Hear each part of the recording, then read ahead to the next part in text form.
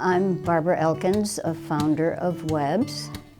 Over the years, I have fine-tuned my own warp winding techniques, and I'd like to share some of those with you.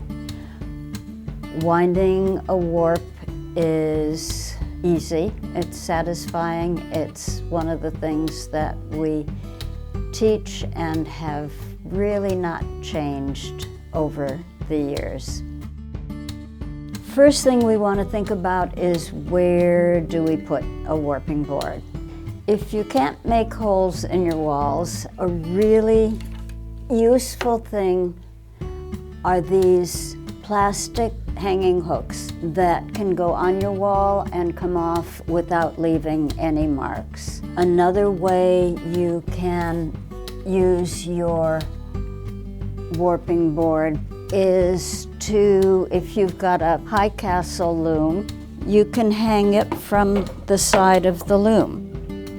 One of our staff people has neither accessible walls or a high castle loom. What she does is lean her warping board against a couple of chairs, and she sits on a chest that's very nearby and winds her warp. And if all else fails, you can, of course, put the warping board flat on a table. If you are selecting a new warping board, you want to be aware of the characteristics. They must be sturdy. You must have a way to tighten them. This board connects with a bolt, and in the back of it is a barrel nut. And from time to time, you tighten it. You want your pegs to be spaced far enough apart so that you don't skin your knuckles as you're winding your warp. You want them to be very firmly set, and you want them to stay that way.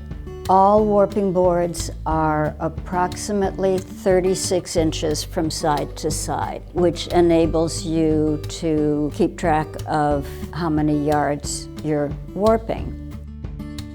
Okay, now let's get started winding a warp. My warp is 8/4 cotton carpet warp, and for a while this guy can stand flat on the floor, but very soon it's going to be too skinny to stand up on its own. In the store, I use a shopping cart and a dowel. At home, I use a shoebox with holes punched in the sides and a knitting needle. We get started winding the warp with a loop and an overhand knot. We want this to be secure so that it doesn't slide and mess up the tension. I'm going to put my loop on the first peg, and I'm going to make a cross on these two pegs. This is going to be a 3-yard warp. So from here to here is essentially a yard. And then I'm going to go to my second peg and my third peg. And so we have 1, 2, 3 yards. Now, why am I skipping pegs? Basically just because I can. It's a little more comfortable. If I happen to be winding a long warp, I would use all my pegs. And now we're on the way back, and I go to peg 2 and to peg 1, and where in the beginning I went over and under the cross pegs, now I'm going over and under the cross pegs. I like to keep things even and keep track of where I am by telling myself that on the way down, I go over the pegs,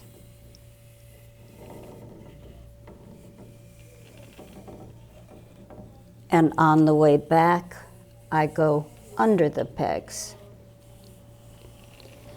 I also count to myself just about nonstop.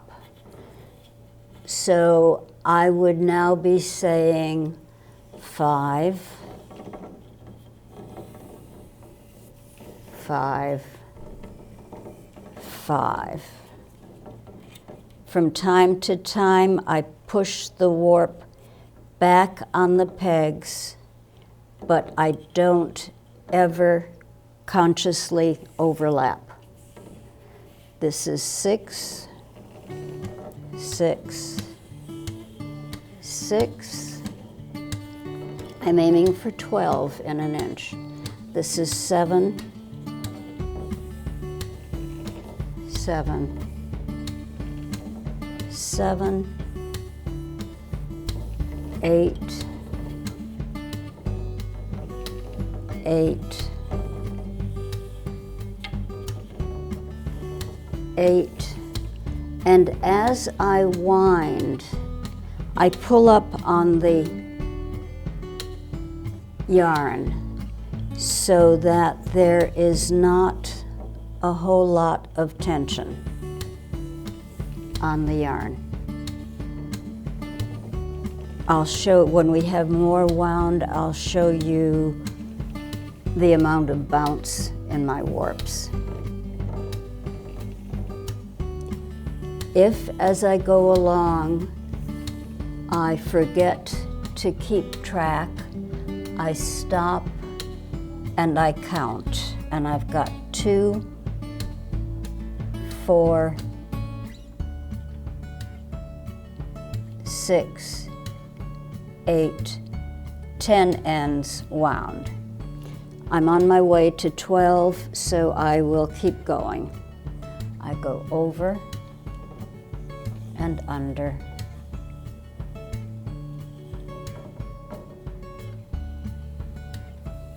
And this is 11. When I get to the starting peg, I'm going to stop for a minute. And you can't lose your tension because then your warp will run away. And I'm going to get my counting thread. Counting thread is just a piece of string that lets us keep track of our inches. And I know that I've got 12 ends locked in here. I don't have to count them again.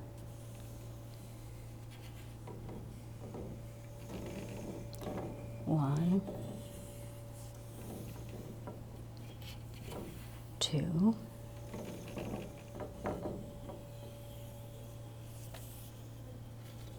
and I just had a knot crop up. I'm going to wind back to the beginning peg and wrap around the pegs so it can't go anywhere. Cut the knot out and take the warp back to a few inches beyond the beginning peg and make that broken part go away. And now I'll take the warp end from the tube and join it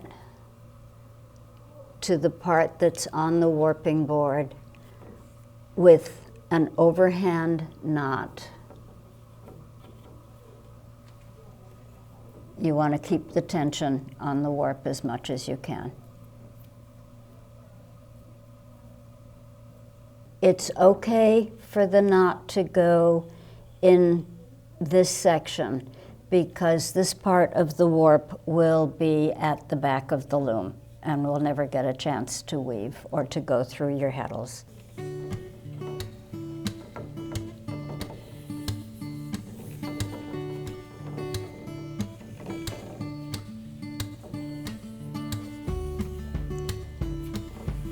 Eight.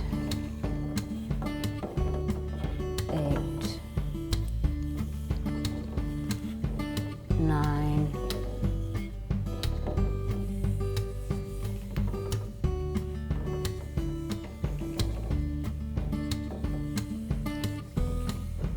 10,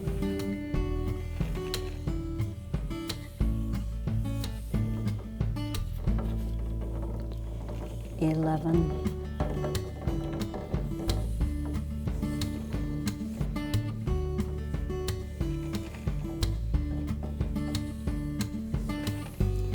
12. When I get back to the beginning peg, I'm going to wrap around the pegs a little bit. I'm going to drop my counting thread so that the end that's now hanging in back of the warping board comes forward, and the end that dropped down is going to go in back. I now have 2 inches of warp locked into the counting thread. I've counted them twice. They're not going anywhere. I don't need to count them again. We've got our warp wound. We can count and see that there are 1, 2, 3, 4, 5, 6, 7, 8 inches, all 12 ends in each bout, secure in the counting thread. And so now I'm going to tie the counting thread in a bow, not very tightly. You see how much tension I don't have on my warp. It bounces. We're not making a bed in the Army. We don't have to drop a dime on it. It wants to be even. It doesn't want to be sloppy, but it doesn't need to be tight. I've cut 8 or 9 threads about 15 inches long, and we're going to secure this warp. We don't want it to get disturbed in any way. The first thing that I tie are the 4 sides of the cross. And I tie on the other side of the cross.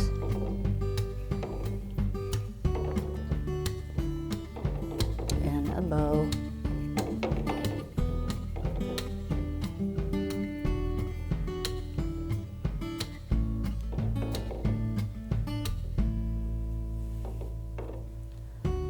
On the other side of the cross peg.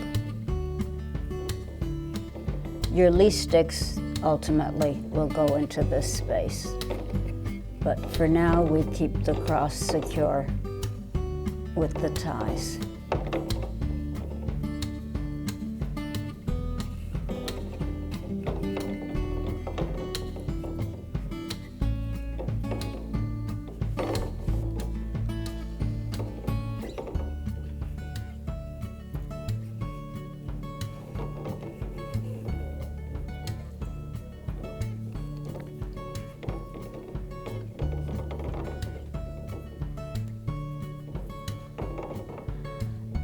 And next, I'm going to tie what we call the choke. Just beyond the cross, one more tie, so that when we're dressing the loom, if we make any kind of mess, it can't get into the body of the warp because we won't be untying that for a while. Then I go back and I tie at the beginning of the warp and a bow. And then I go down to the end of the warp and I catch the loop end of the warp, which will ultimately be the ends that you thread, and I tie a bow there. Going from the choke to the end of the warp, too much warp has too much freedom. So another tie here. I like my ties to be 3/4 of a yard to a yard apart.